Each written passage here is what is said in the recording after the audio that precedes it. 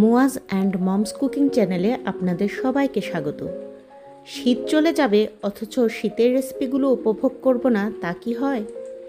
সেই জন্য শীত থাকতেই শীতের সবজি দিয়ে আরও একটা রেসিপি আপনাদের সামনে নিয়ে হাজির হয়েছি।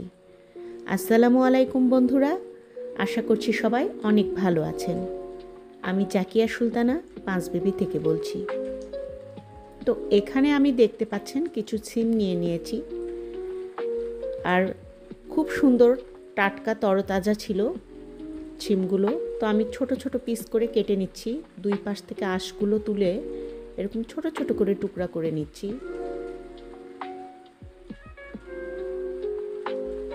তো এভাবে টুকরো করে নিয়ে এর সঙ্গে আমি আরও কিছু সবজি অ্যাড করব, সেগুলো দেখিয়ে দিচ্ছি।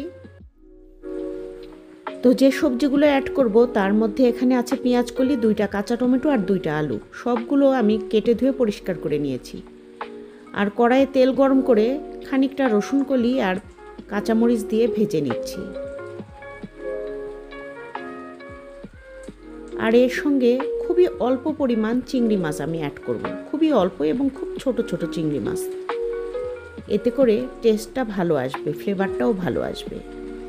আর পেঁয়াজ কলিটা যেহেতু দিচ্ছি সেই জন্য এই রেসিপিতে কোনো পেঁয়াজ ব্যবহার করছি না। পেঁয়াজ কলিটা দিয়ে খুব সুন্দর করে ভেজে নিতে হবে।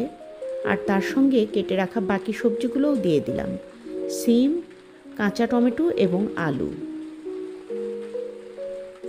খুব সুন্দর করে এগুলো ভেজে নিতে হবে। দিয়ে দিচ্ছি লবণ স্বাদ মতো। আর এখানে আদা বাটা দিয়েছি একটুখানি, যেহেতু কুচি আদা অথবা থেতো আদা দিলে ভালো হয়, তো আমার কাছে নেই তাই আমি আদা বাটা দিয়েছি। আর গুঁড়া হলুদ দিয়েছি। আপনারা চাইলে আদা কুচি অথবা থেতো করেও দিতে পারেন। এখন ঢাকনা দিয়ে ঢেকে দিলাম, আর চুলার মিডিয়াম আছে এগুলো খুব সুন্দর করে ভেজে নিচ্ছি। সবজি থেকে একটু পানি বের হয়েছে, তার মধ্যে দিয়ে দিলাম ফ্রেশ ধনেপাতা।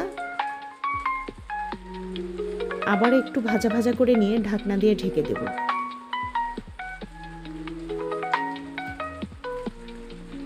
আর ঢাকনা ওপেন করে নিয়েছি, পানি এখন অনেকটাই কমে গেছে। এখন ভাজা ভাজা করে নিচ্ছি। আর সবজিগুলোও কিন্তু খুব সুন্দর হয়ে সেদ্ধ হয়ে গেছে।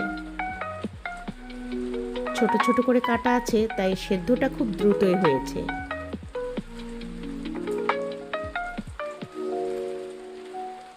একটু ভাজা ভাজা করে নেব। খড়ির চুলায় হলে একটু লাল লাল করেও ভেজে নিতে পারেন।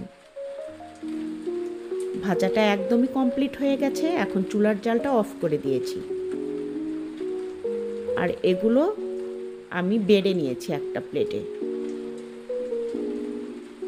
ঠান্ডা হতে দেব, আর ঠান্ডা হওয়ার পর এটা আমি মিক্সিতে বেটে নিব। আপনারা চাইলে এই কাজটা শিলপাটাতেও করে নিতে পারেন, সেক্ষেত্রে আরও ভালো হয়।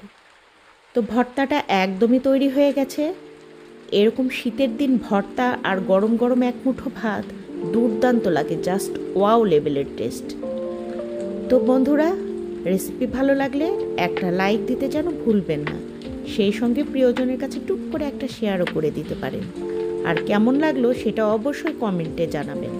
আর আমার চ্যানেলে নতুন হয়ে থাকলে চ্যানেলটি সাবস্ক্রাইব করে পাশে থাকা বেল আইকনটি বাজিয়ে অল অপশনে একটা ক্লিক দিয়ে দিবেন, যাতে করে আমার সকল ভিডিওর নোটিফিকেশন আপনার কাছে আগে ভাগেই পৌঁছে যায়।